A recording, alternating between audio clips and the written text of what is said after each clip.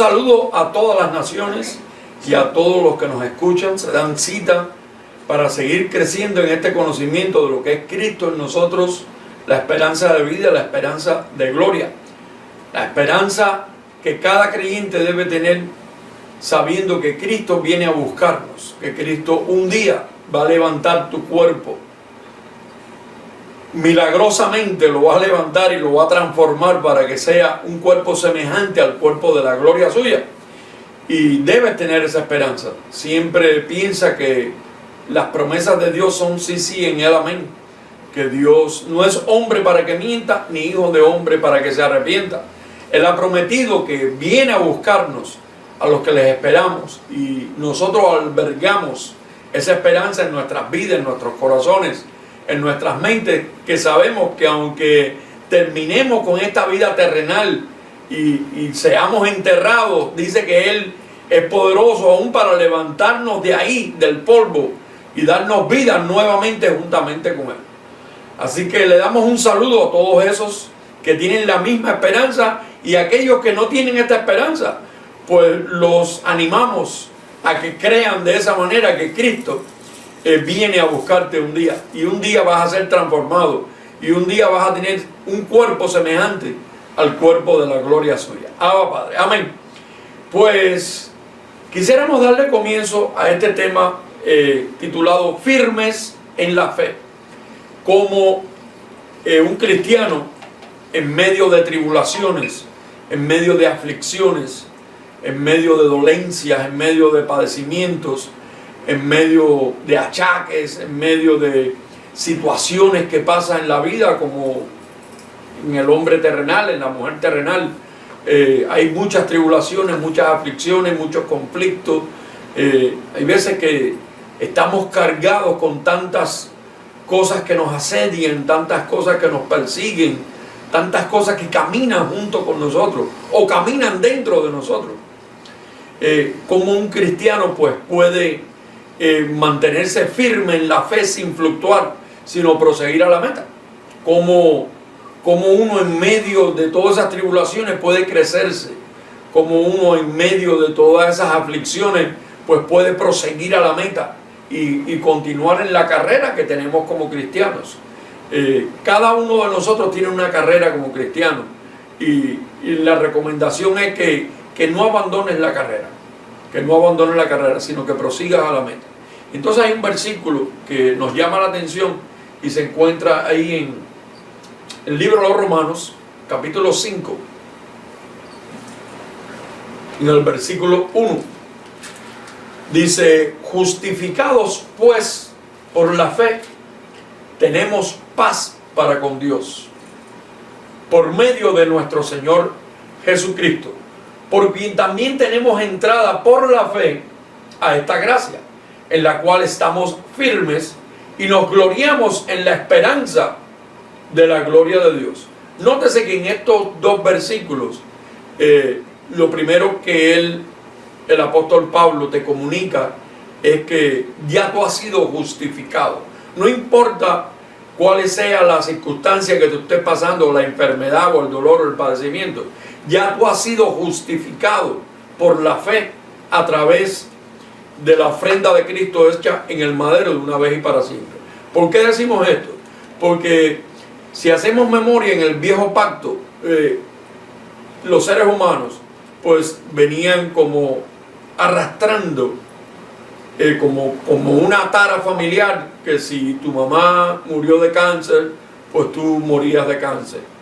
Si tu papá había pecado, pues el pecado de tu padre te alcanzaba a ti.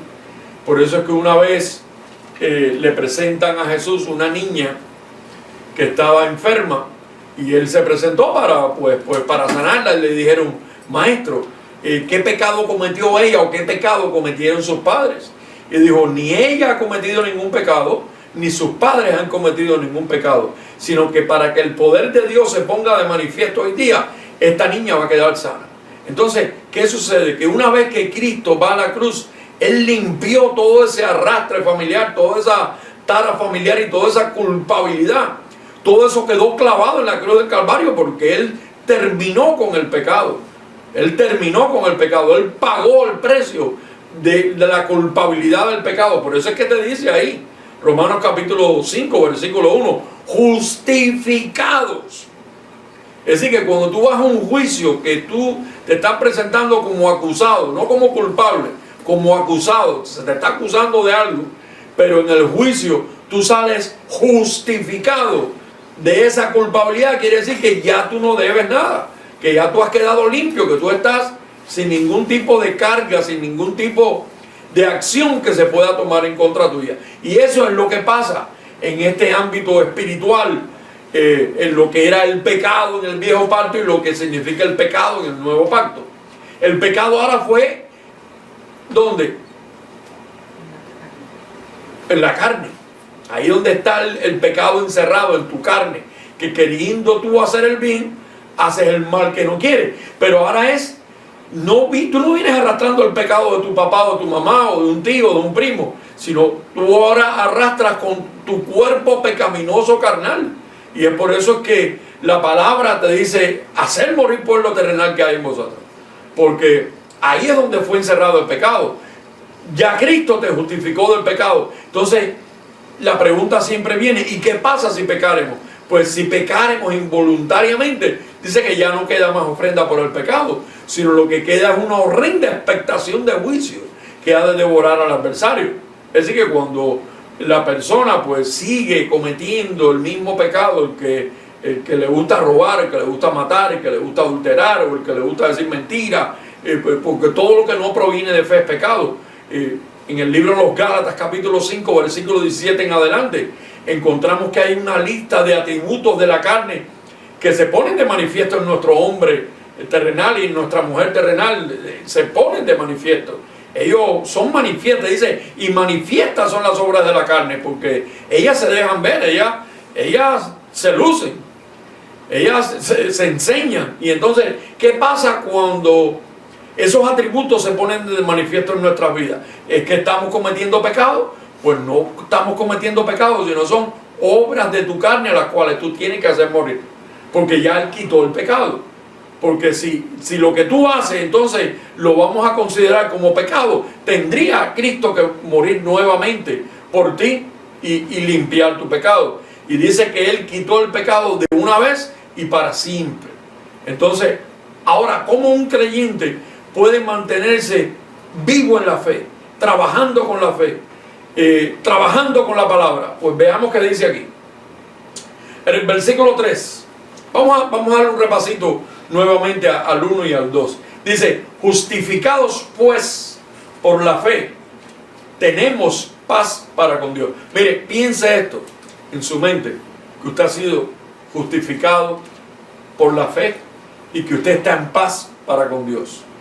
Usted tiene eso que pensarlo y hablarlo y confesarlo y creerlo y cantarlo. Alabe a Dios pensando, he sido justificado del pecado. Señor, gracias por tu ofrenda en el madero hecha de una vez y para siempre. Ahora dice ahí, justificados pues por la fe, tenemos paz para con Dios por medio de nuestro Señor Jesucristo, por quien también tenemos entrada por la fe a esta gracia, en la cual estamos firmes y nos gloriamos en la esperanza de la gloria de Dios.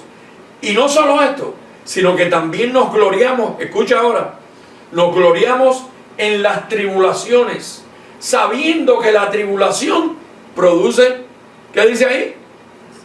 Paciencia. Paciencia es una palabra compuesta de la palabra paz y ciencia. Cuando ellas se unen, es paciencia, pero es la ciencia que trae esa paz, paciencia. Entonces, Dios, ¿qué es lo que produce en medio de la tribulación? ¿El resultado cuál es? ¿Cuál es el resultado de la fe en tu vida? Por causa de tu haber sido justificado ya por medio de la fe. Paciencia. Fíjate cómo dice ahí. Eso no acaba ahí. Versículo 4. ¿Estás ahí conmigo? Mire cómo dice ahora. Y la paciencia prueba. Y la prueba esperanza. Y la esperanza no avergüenza, porque el amor de Dios ha sido derramado en nuestros corazones por el Espíritu Santo que nos fue dado. Porque Cristo, cuando aún éramos débiles, a su tiempo murió por los impíos. Ciertamente morirá alguno por un justo, con todo pudiera ser que alguno osara morir por el bueno. Mas Dios muestra su amor para con nosotros, en que siendo aún pecadores, Cristo murió por nosotros. Pues mucho más estando ya, escuche ahora, pues mucho más estando ya justificados nuevamente, justificados en su sangre, por él seremos salvos de la ira. Es decir que para usted no hay ira, para usted no hay infierno. Dios no lo ha separado ni no lo ha predestinado a usted, ni lo ha elegido para alcanzar ira, sino para encontrar misericordia, para encontrar esperanza, para encontrar estas cosas que nos enumeran aquí, que me gustaría volverlas a leer. Dice que la tribulación produce paciencia. Imagínense cómo alguien que está en una tribulación puede ser paciente con la tribulación. Alguien que está pasando por unos efectos incómodos en su vida. Alguien que vamos a darle lectura aquí en el capítulo 7, por favor, del mismo libro de los Romanos.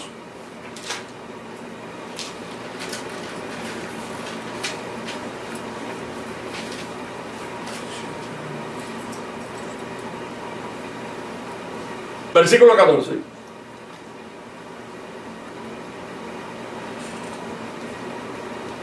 Fíjense que pudiéramos adelantarlo un poquito más y podríamos leerlo desde el versículo 8. Mas el pecado, tomando ocasión por el mandamiento, produjo en mí toda codicia, porque sin la ley el pecado está muerto.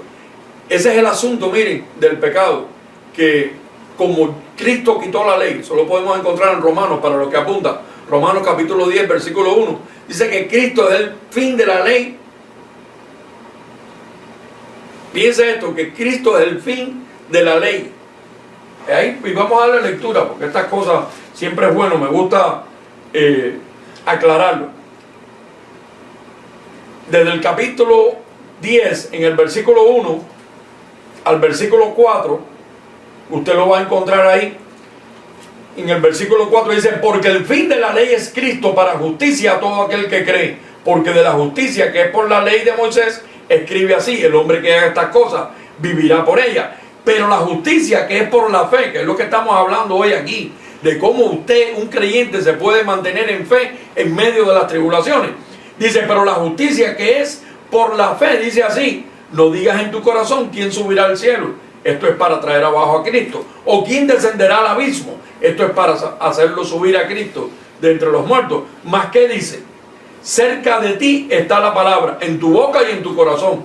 Y esta es la palabra de fe que predicamos: que si confesares con tu boca que Jesús es el Señor y creyeres en tu corazón que Dios le levantó de los muertos, serás salvo. Esto es como una fórmula.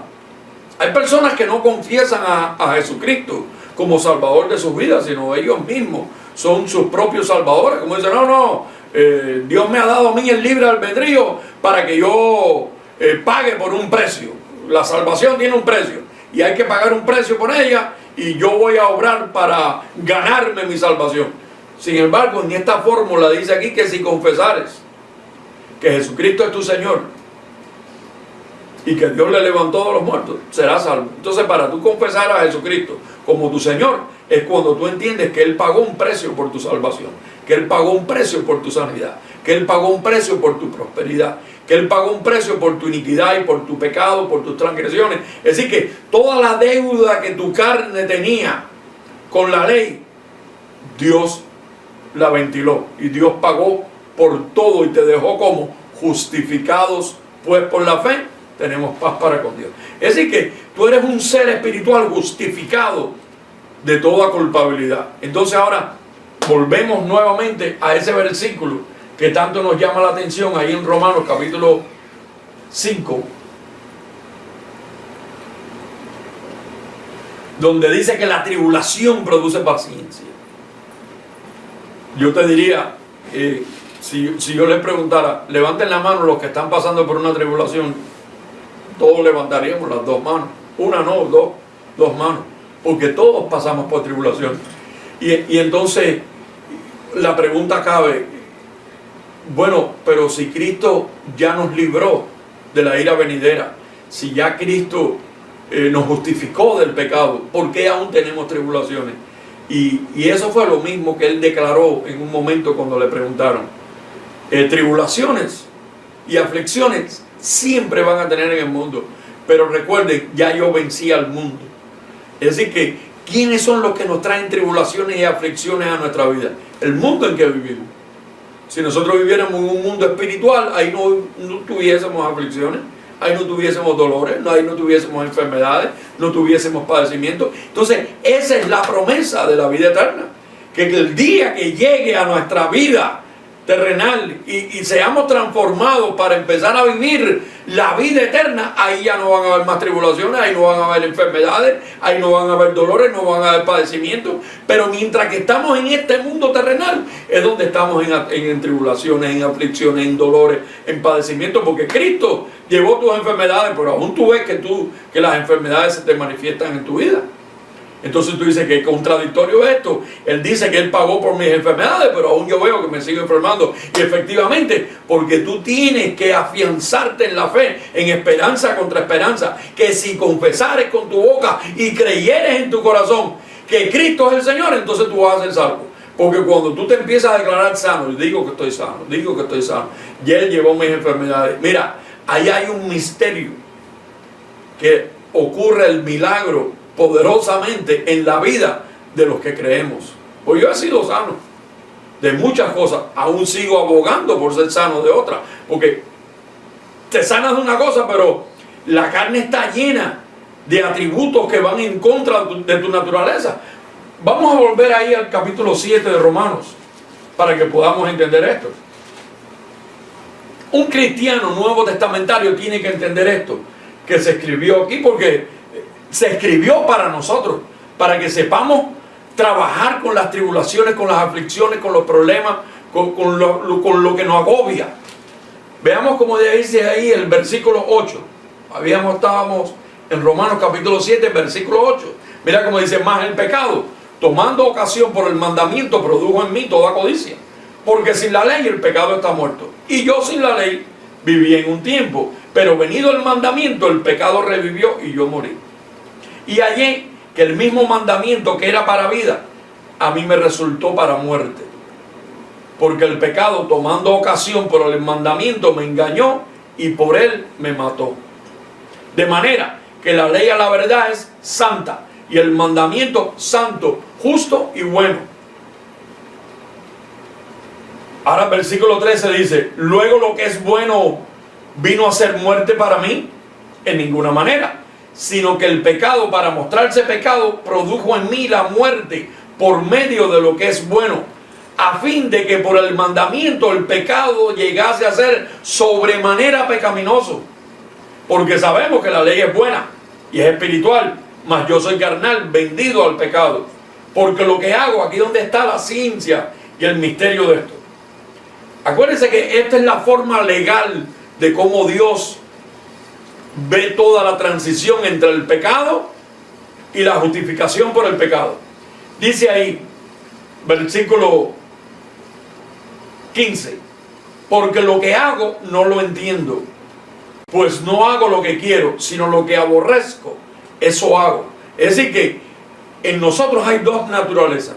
Está la naturaleza terrenal y la naturaleza espiritual. Y dice que estas luchan entre sí para que no hagáis lo que quisierais. Es decir que tu carne siempre va a estar luchando con lo bueno, y lo bueno siempre va a estar luchando con lo que no te conviene.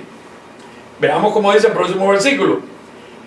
Y si lo que no quiero, estamos leyendo ahí, dice, y si lo que no quiero, esto hago, apruebo que la ley es buena, de manera que ya no soy yo quien hace aquello, sino el pecado que está en mí, porque el pecado fue encerrado en la carne. Entonces, hay muchas ocasiones en nuestras vidas que hacemos cosas o actuamos o nos comportamos como no queremos, sino que uno dice, yo no lo quiero hacer, pero el pecado que está en mí hay veces que te domina, te arrastra, te vence la pelea, te gana la pelea. Entonces, ¿cómo es la manera de nosotros poder vencer al pecado ese que está encerrado en nuestra carne? Lo vamos a encontrar aquí también ahora. Dice, y yo sé que en mí, versículo 18, esto es, en mi carne no mora el bien, porque el querer el bien está en mí, pero no el hacerlo. Porque no hago el bien que quiero, sino el mal que no quiero, eso hago. Y si hago lo que no quiero, ya no lo hago yo, sino el pecado que mora en mí. Así que, queriendo yo hacer el bien, hallo esta ley, que el mal está en mí. Porque según el hombre interior me deleito en la ley de Dios, pero veo otra ley en mis miembros que se revela contra la ley de mi mente y me lleva cautivo a la ley del pecado que está en mis miembros. Ahora dice el apóstol Pablo en el versículo 24, miserable de mí, ¿quién me librará de este cuerpo de muerte? Dice, y aquí viene la respuesta, la divina respuesta, la solución. Gracias doy a Dios por Jesucristo, Señor nuestro, así que yo mismo con la mente sirvo a la ley de Dios, mas con la carne sirvo a la ley del pecado. Entonces ahora, ¿cómo nosotros poderle buscar esta solución a la carne para podernos mantenernos firmes en la fe? Para que la fe nos ayude a librar todas estas batallas. Veamos ahí en el libro a los Gálatas, capítulo 5.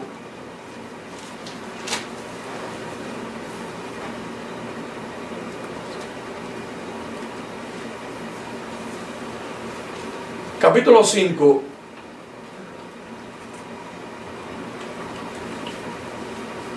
En el versículo 16. Dice, digo pues, andar en el Espíritu y no satisfagáis los deseos de la carne. Esta es una de las primeras soluciones que te empiezan a presentar. Porque la carne ya tú sabes lo que va a hacer contigo. La carne pues te va a llevar cautiva a sus deseos. La carne te va a arrastrar a sus deleites. La carne te va a proponer cuáles son sus atributos y ellos se van a poner de manifiesto. Todos tenemos atributos en la carne, todos tenemos aflicciones en la carne, todos tenemos tribulaciones que nos llevan a cometer actos que a veces después decimos, caramba, ¿cómo lo hice? ¿Cómo lo logré hacer nuevamente? Y es por causa de esto que vamos a leer ahora aquí. Dice en el versículo 16, digo pues, andar en el Espíritu y no satisfagáis los deseos de la carne, porque el deseo de la carne es contra el Espíritu y el del Espíritu es contra la carne, y estos se oponen entre sí para que no hagáis lo que quisierais. Es decir que en cada uno de nosotros va a haber una lucha interna, en cada uno de nosotros. Cada uno de nosotros hay esa lucha interna que no nos deja tranquilos. Por más que tú puedas estar ayunando y orando y encerrarte en una habitación y estar en continuo peregrinaje, por decirlo así, cuando tú te levantes de ese peregrinaje y tú sales del ayuno, la carne te dice, te estaba esperando, aquí estoy esperándote porque necesito ponerme de manifiesto en tu vida, porque ese es el trabajo de tu hombre terrenal, manifestarse.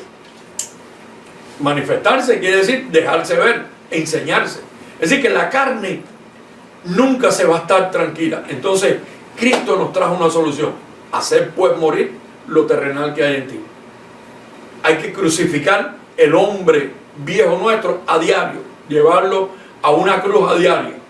Hay veces que él se te baja de la cruz y sale corriendo y se escapa, pero hay muchas oportunidades que sí lo podemos mantener controlado, lo podemos mantener bajo la disciplina del Señor. Porque yo me he visto en muchas cosas, en muchas ocasiones, me he visto que puedo hacer morir ciertas cosas que hubieron en mí y se quedaron atrás. Y le dije a Dios, Señor, nunca más quisiera participar de estas cosas que se presentan en mi vida. Y ha sido de gran victoria para mí y para el Señor también, porque Él es el que produce tanto el querer como el hacer por su propia voluntad en nuestras vidas. Y vi como muchos, todos esos atributos pues quedaron atrás. Pero sin embargo, para que la carne sea carne y para que tú sigas siendo un ser humano terrenal, pues ella se va a manifestar en otras áreas de tu vida. Y entonces ahí es donde te tiene que bastar su gracia. Porque llegó un momento que el apóstol Pablo le dijo, mira, 3 veces te he rogado, y lo podemos leer una y otra vez, lo podemos leer, 3 veces te he rogado que quites este aguijón de mí, quita este aguijón de mí. ¿Y cuál fue la divina respuesta? Bástate mi gracia, Pablo, porque mi poder se perfecciona en tus debilidades.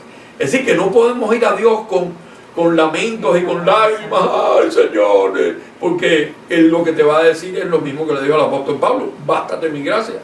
Porque si recordamos, ahí en Romanos, cuando estábamos leyendo, en el libro de los Romanos, en el capítulo 5, en el versículo 1 en adelante, mira cómo dice, mira quién es quien te entra a este lugar tan privilegiado que Dios separó para nosotros. Romanos capítulo 5 versículo 1 dice, justificados pues por la fe tenemos paz para con Dios por medio de Jesucristo, de nuestro Señor Jesucristo. Escucha ahora aquí, dice, por quien también tenemos entrada por la fe a esta gracia.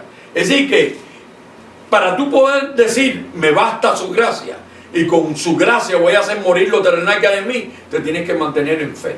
Ahora, la pregunta siempre es, ¿y cómo crees con la fe? ¿Dónde está la fe en mi vida? ¿Cómo yo actúo en fe?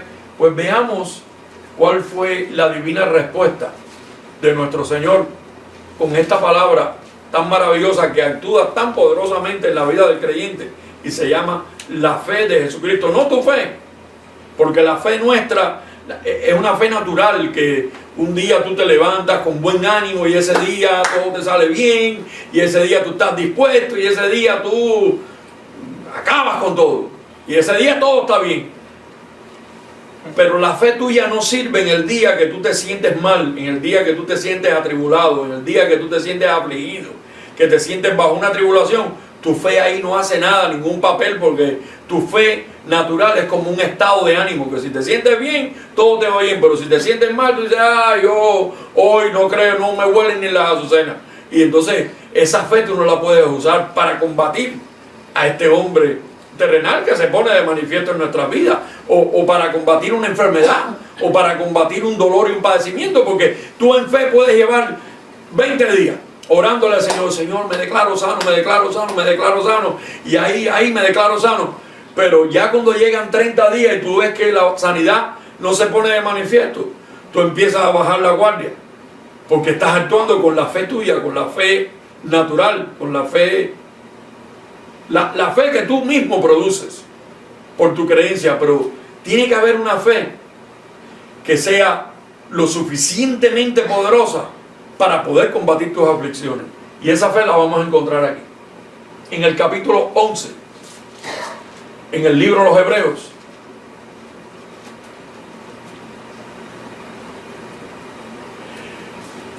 En el versículo 1, veamos cómo dice el apóstol Pablo.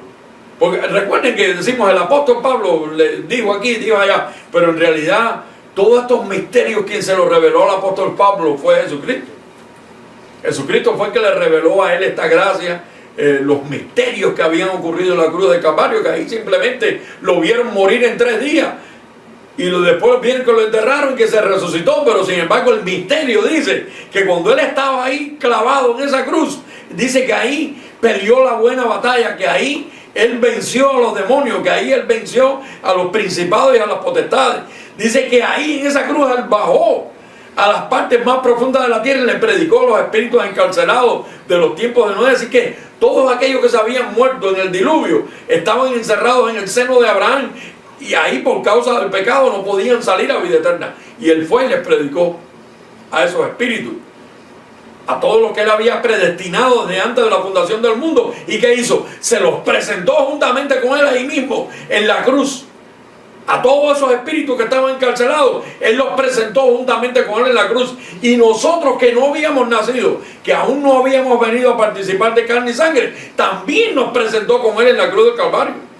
Y cuando murió, morimos con él. Y cuando resucitó, resucitamos con él. Y entonces, esa fe de él, dice que nos las imputó a nosotros por leyes de fe. imputada, la fe de Cristo en nosotros. Y con esa fe es la que nosotros sí podemos mover montañas. No con la fe tuya, sino con la fe de Cristo. Que dice que la fe de Cristo actúa poderosamente en la vida del creyente. Entonces veamos como dice aquí el versículo 1. Es pues la fe, la certeza de lo que se espera. Es decir que si yo estoy enfermo y me declaro sano, que en la fe, que yo voy a estar mirando mi enfermedad o la sanidad. Ahí es donde está el misterio. Que yo voy a seguir mirando mi enfermedad o voy a empezar a ver mi sanidad. Porque dice aquí ahí que es pues la fe, la certeza. La certeza quiere decir lo cierto, lo verdadero, lo positivo. La certeza de lo que se espera y la convicción de lo que no se ve. Es decir que en fe yo tengo que empezar a visualizar mi prosperidad. Yo no puedo seguir mirando mi pobreza. En fe yo tengo que empezar a visualizar mi sanidad. Tengo que empezarme a ver en mi mente cómo yo luciría sano de algo. Y empezarme a ver en mi mente ahí sano. Wow, mira, ahí estoy sano. Mira qué lindo camino cuando estoy sano. Y no mirar más, no mirando lo que queda atrás, sino poniendo la mirada en lo porvenir. Tengo que empezar a ver lo que estoy llamando, porque si yo no empiezo a ver lo que estoy llamando, pues sigo mirando para atrás y de ahí no voy a salir de ese paso. Porque ahí dice que es pues la fe, la certeza de lo que se espera y la convicción de lo que no se ve. Es decir que tú te tienes que encerrar ahí, en ese círculo, y decir, Dios mío, tú eres quien produce el querer como el hacer en mí. Y en fe, en la fe tuya, en tu fe, en la fe que mueve montañas, me declaro sano, me declaro próspero. Digo que estoy salvo, digo que estoy bendecido con toda bendición, digo que se abren puertas de trabajo para mí, digo que todo eso que tengo se va a solucionar. Y ahí el Espíritu Santo que mora en ti, junto con tu espíritu, van a producir el milagro. Pero te tienes que seguir ese paso. Mira cómo dice el versículo 2. Porque por ella alcanzaron buen testimonio los antiguos. Es decir, que los antiguos aún no tenían la fe de Jesús, pero dice que estaban mirándolo como desde lejos. Dice, por la fe entendemos haber sido constituido el universo por la palabra de Dios, de modo que lo que se ve fue hecho de lo que no se veía. Mira, si tú quieres ver lo que es el poder de Dios, ponte un canal de eso de la NASA o de Earth, que te explican el funcionamiento de la Vía Láctea y de las otras galaxias y del universo, y todo eso tiene tanto color y tan bonito que se ve. Pero cuando tú pones en la mente, yo cuando veo todas esas cosas digo, y todo esto lo hizo Dios de lo que no se veía. Porque cuántas galaxias no hay, millones. En nuestra galaxia, cuántos mundos no hay, cuántos soles no existen, y cada sol tiene su sistema planetario. ¿De dónde salió toda esa tierra y toda esa roca para que hoy existiese? De la nada, de la nada. Y de la nada es de donde tú tienes que llamar a tu sanidad, de lo que no se ve. De ahí, de la nada, llama a la existencia, que se ponga de manifiesto en tu vida, de la nada. Por eso es que dice ahí, mira, por la fe entendemos haber sido constituido el universo por la palabra de Dios, de modo que lo que se ve fue hecho de lo que no se veía. Es decir, que si tú quieres saber hasta dónde llega el poder de Dios, podrá Dios sanar un cáncer, podrá Dios sanar un tumor, podrá Dios sanar un dolor, lo que tengas. ¿Tú crees que haya poder en Dios para poder efectuar en ti una sanidad cuando tú lo comparas con el universo? Que Él de la nada lo llenó todo y dice que todo existe por el poder de su palabra. ¿No tendrá Él poder para trabajar juntamente contigo con el Espíritu Santo que mora en ti? Cuando tú dices, Señor, digo que la palabra que sale por mi boca no retornará a mí vacía, sino para aquella que es enviada va a cumplir su cometido. ¿Tú crees que no habrá poder ahí? Yo creo que sí. Yo creo que sí. Si Él de la nada pudo hacer el universo, la sanidad, ¿tú sabes dónde Él la tiene ya? en tu vida. La sanidad también está allá adentro, ya en ti. Pues dice que todo el bien de Dios que está en nosotros. Si el Espíritu Santo está en ti, la sanidad tuya está allá adentro. Tu prosperidad está ahí. Tu prosperidad no está detrás de una estrella, que tú tienes que ir a ver a un cartomanto de esos que tiran los caracoles, ni las estrellas, ni que juegan con la mente del ser humano para decirte, tú en otro planeta eras rey, en otro mundo eras reina. No te creas nada de esa bobería, sino crees más bien que tú eres un espíritu justo, hecho perfecto, creado por Dios desde antes de la fundación del mundo, y que la fe de Cristo ya mora en tu vida por leyes espirituales que Él te imputó. Así que en esta ocasión te declaramos sano, te declaramos próspero, te declaramos bendecido con toda bendición, y decimos que trabajas con la fe de Cristo, que te propones a llamar las cosas que no son como si fuesen, que te propongas a llamarte sano, a llamarte próspero. Llámatelo a ti, tú llámate próspero y llámale prosperidad a otros, envíale palabra de sanidad a otros, y ya tú verás que todo ese bien de Dios que está en ti se va a poner de manifiesto, y un día nos vas a llamar para darnos testimonio de lo que Dios está haciendo en tu vida con esta palabra de gracia. No tienes que doblar rodillas, no te tienes que encerrar en una habitación 15 horas a orar en lo oscuro. Eso era en el viejo pacto. En este pacto dice que es mirando cara a cara, descubierto, al descubierto. No tienes que estar encerrado, sino a cara con Dios. Que así es como vamos a lograr todas las promesas, cara a cara. Así que te declaramos bendecido con toda bendición. Abba Padre, hasta la próxima. Saludos del pastor Iván.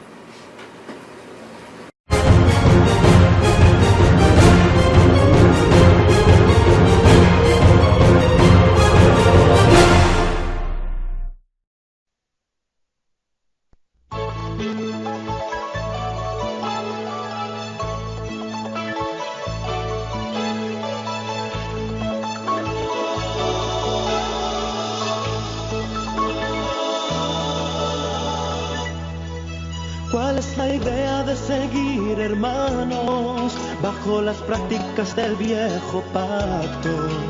Si ya Jesús en ti está morando. ¿Cuál es la idea de seguir viviendo siempre en temor del diablo y del infierno? Si ya Jesús en ti destruyó ese imperio, no vivas ciego a la verdad, porque es una realidad que Jesús ya la ley abolió y al diablo destruyó. Por nosotros vengo en el nombre del apostolado, que con denuedo dice la verdad, que la ley y la gracia no se pueden mezclar. No vivas más bajo los rudimentos, ni en cuanto al ejercicio corporal, y no obligues a los gentiles más a judaizar, sino vivir por fe sin ritos. ¿Cuál es la idea de seguir, hermanos, a los creyentes siempre bautizando? Si ya Jesús en ti está morando. ¿Cuál es la idea del pan y el vino? Si es obvio que eso no es más que un rito, son símbolos de Cristo. Dejen ya esos sacrificios, no vivas ciego a la verdad, porque es una realidad que Jesús ya la ley abolió y al pecado